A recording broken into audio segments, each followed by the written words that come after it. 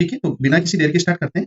निम्न में से उत्तर वैदिक काल में शामिल किया जाता है। जो कौन सा निम्न में से जो कौन सा ऑप्शन है वो उत्तर वैदिक काल में शामिल किया जाता है।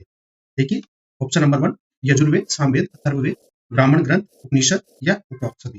तो यहाँ पर जो उत्तर वैदिक काल है उसमें सभी को उत्तर वैदिक काल में शामिल किया जाता है। तो सभी जो ऑप्शन दे रखे हैं उनको सभी को उत्तर वैदिक काल में शामिल किया जाता है। इस कारण ये सभी जो जो ऑप्शन है वो सही हो जाते हैं। देखिए, अगर हम बात करें जो वैदिक काल है, जो वैदिक काल है, वैदिक काल को हम दो पार्ट में डिवाइड करते हैं। एक होता है ऋग्वेदिक काल, ऋग्वेदिक काल, और एक होता है उत्तर वैदिक, उत्तर वैदिक काल। ठीक है, उत्तर वैदिक काल। तो जो ऋग्वेदिक काल है इसका जो टाइम पीरियड है वो 1500 से 1000 बीसी माना जाता है, जबकि जो उत्तर वैदिक काल है उसका 1000 से 600 बीसी माना जाता है। ठीक है, तो जो ऋग्वेदिक काल है इसमें ऋग्वेद ऋग्वेद ऋग्वेद को हम इसके अंतर्गत रखते हैं, जबकि जो उत्तर वैदिक काल है इसमें हम रखते हैं हमारे जो बाकी की जो तीनों वेद है उनको रखते हैं। इसके अलावा जो आरण्यक है, ब्राह्मण ग्रंथ है, उपनिषद है, ठीक है, यजुर्वेद, सामवेद और जो अथर्ववेद, इन सबको हम किसमें रखते हैं? उत्तर वैदिक काल में। ठीक है, अगला क्वेश्चन देखिए, उत्तर वैदिक काल में कितने संस्कार माने गए हैं? जो उत्तर वैदिक काल था उसमें कितने संस्कार माने गए हैं? 16, 17, 18 या 19? तो जो 16 जो संस्कार है वो उत्तर वैदिक काल में माने गए हैं, 16।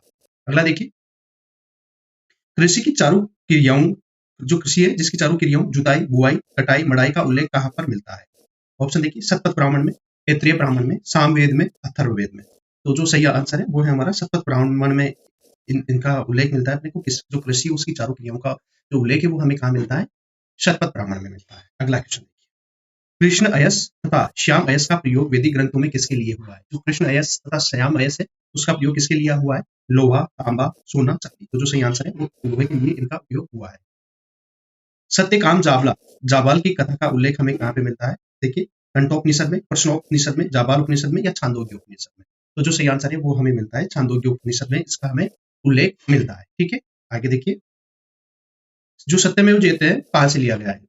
भगवत गीता से, सामवेद से, अथर्ववेद से, मुंडकोपनिषद से। तो जो सत्यमेव जयते हैं वो कहाँ से लिया गया है? मुंडकोपनिषद से लिया गया है। ठीक है, आगे देखिए, अगला क्वेश्चन देखिए, भारतीय संगीत का मूल ग्रंथ किसे माना गया है? किस वेद को भारतीय संगीत का मूल ग्रंथ मानते हैं?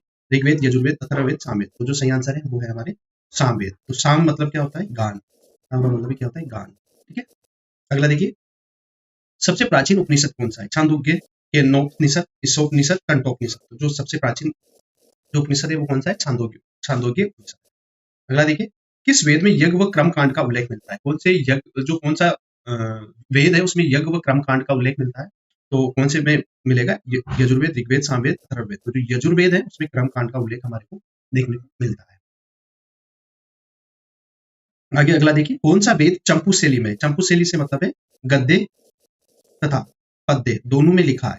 चंपू शैली क्या होती है? वो गद्य और पद्य में जो लिखा है वो कौन सा वेद है? यजुर्वेद, सामवेद, अथर्ववेद या ऋग्वेद? तो जो आंसर है वो है यजुर्वेद, चंपू शैली में लिखा हुआ है। इसमें गद्य भी है और पद्य भी है, इस कारण ये चंपू शैली में लिखा हुआ है। ठीक है, किस वेद में जादू टोना से संबंधित उल्लेख मिलता है? कौन सा वेद में हमें जादू टोने से संबंधित उल्लेख मिलता है? ऋग्वेद में, यजुर्वेद में, सामवेद में या अथर्ववेद में?